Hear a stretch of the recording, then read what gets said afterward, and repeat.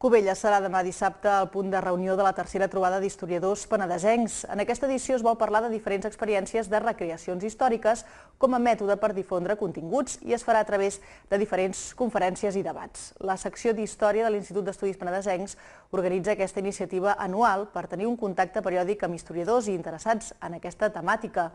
L'Institut d'Estudis Penedesencs, de fet, organitza aquesta i moltes altres activitats durant tot l'any.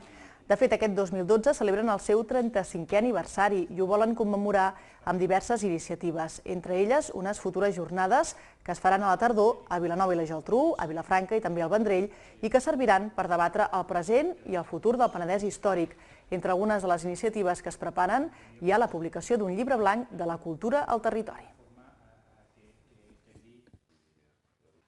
Volem publicar un llibre blanc que ens indiqui on estem, a la cultura al Penedès. Per altra banda, volem fer un debat, un seminari sobre la història de la cultura al Penedès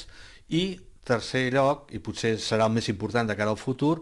un debat sobre quines poden ser les grans línies de treballar conjuntament de la cultura al Penedès i que això ho farem mitjançant taules rodones i debats amb l'objectiu de treure unes conclusions que ens permetin publicar o donar a conèixer un decàleg